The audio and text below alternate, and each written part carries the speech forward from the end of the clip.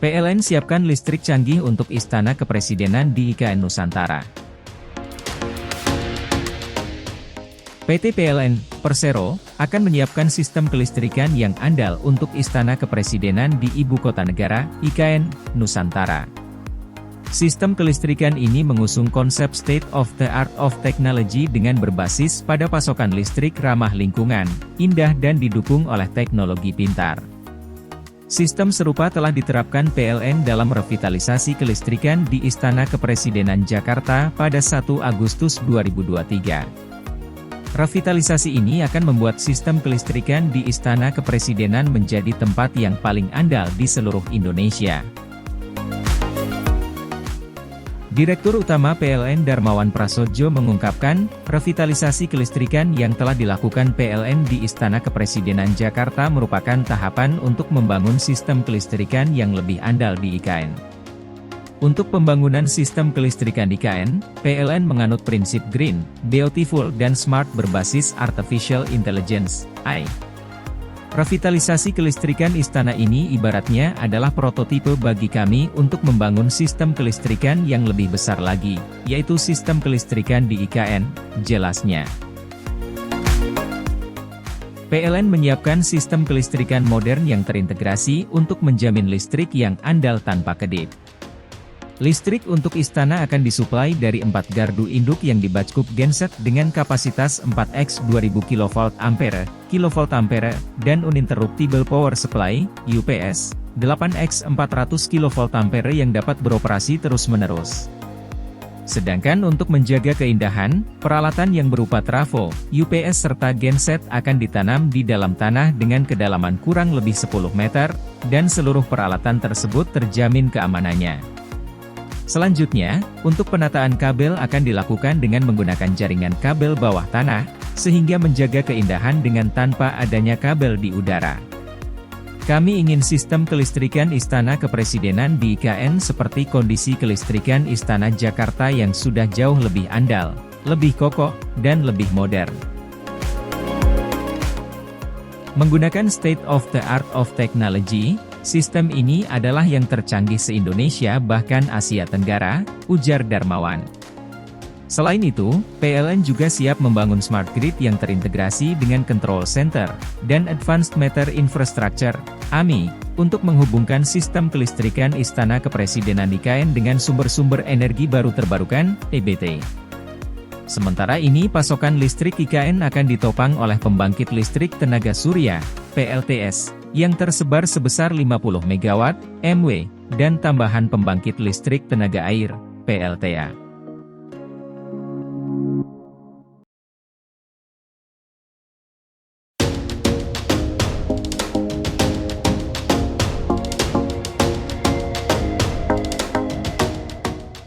Jalan tol IKN Nusantara bakal punya terowongan bawah laut dan lintasan satwa. Kementerian Pekerjaan Umum dan Perumahan Rakyat, PUPR, tengah membangun jalan tol menuju ke kawasan inti pusat pemerintahan, KIP, IKN Nusantara. Jalan tol ini akan terhubung dengan Jalan Tol Balikpapan Samarinda, Balsam. Kepala Satuan Kerja Pelaksanaan Pembangunan IKN 2 Balai Besar Pelaksanaan Jalan Nasional, BBPJN, Kalimantan Timur Arman Ade Kristi mengatakan, jalan tol ini akan mempersingkat jarak tempuh dari Balikpapan menuju kawasan inti IKN Nusantara, yang sebelumnya dari sekitar 2 jam menjadi hanya sekitar 30 menit.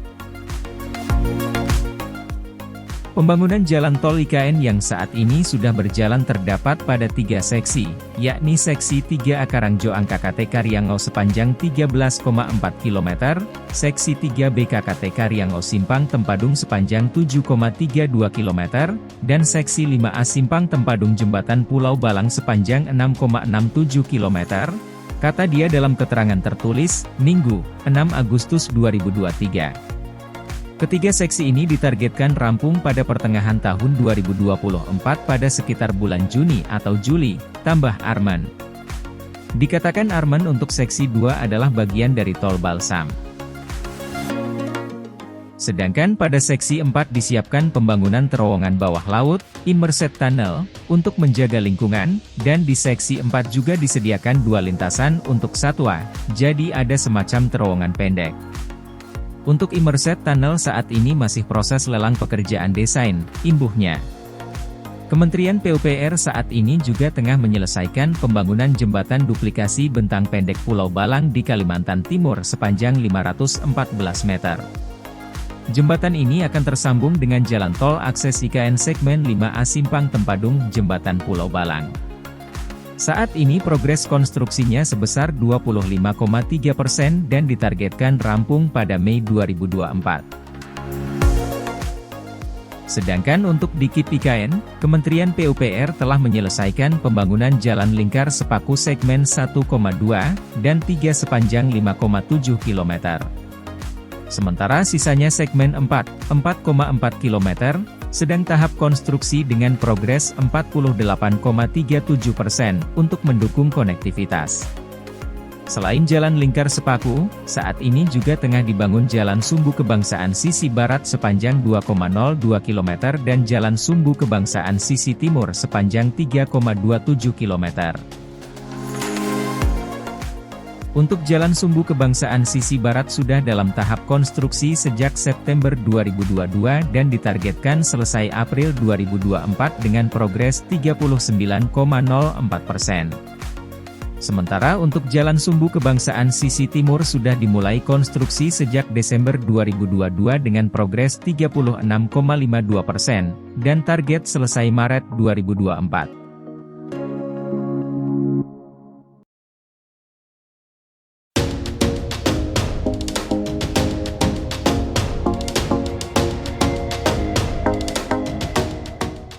Revisi UIKN, luas Ibu Kota Nusantara menciut, konsolidasi tanah dan penguatan pembangunan diperlukan.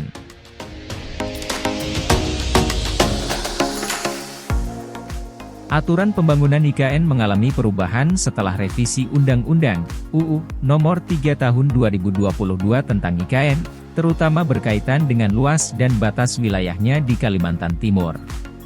Kepala Unit Kerja Hukum dan Kepatuhan Otorita IKN, OIKN, Ida Bagus Nyoman Wiswantanu, menjelaskan bahwa luas wilayah IKN akan mengalami penyempitan. Jadi yang tadinya luas wilayahnya 256.000 hektar, menjadi 252.000 hektar, sekarang. Jadi ada penyempitan luas wilayah, ungkapnya saat diskusi konsultasi publik RUU Perubahan UIKN secara virtual pada Jumat, 4 Agustus 2023. Penyempitan luas wilayah ini berkaitan dengan wilayah pemukiman yang berdekatan dengan kawasan pengelolaan terpadu habitat pesut, flora, dan fauna di sekitar Pulau Balang. Perubahan ini juga berdampak pada relokasi dan konsolidasi tanah, serta memerlukan penguatan dalam proses pembangunan ke depan. Revisi UIKN dilakukan karena belum ada regulasi yang memastikan hak kepemilikan tanah bagi masyarakat yang berada di IKN, sehingga dapat menimbulkan masalah di masa depan. Wakil Kepala Otorita IKN, OIKN, Nusantara, Doni Rahajoe, mengakui bahwa masalah hak pertanahan menjadi isu yang perlu diatasi bagi warga transmigran yang telah tinggal di IKN selama puluhan tahun. Saat ini, mereka hanya memiliki surat keterangan penguasaan, SKP. Oleh karena itu, perlu adanya upaya dari pemerintah untuk memperkuat hak kepemilikan tanah bagi masyarakat di IKN. Namun, hal ini harus disesuaikan dengan aturan yang berlaku dan regulasi yang ada dalam UIKN yang masih berlaku, termasuk mengenai hak pengelolaan lahan, HPL. Hanya punya SKP. Keinginannya bagaimana pemerintah memperkuat hak atas tanah? Tapi ada aturan lainnya yang tidak bisa kita laksanakan. Di dalam UIKN existing tidak ada pengaturan hak-hak ini, adanya HPL. Terus hak masyarakat gimana? Nah ini bentur lagi dengan UU existing, jelasnya. Dengan revisi UIKN ini, diharapkan proses pembangunan dan pengelolaan IKN akan lebih terencana dan sesuai dengan kebutuhan masyarakat, serta menghindari konflik dan masalah yang mungkin timbul di masa depan.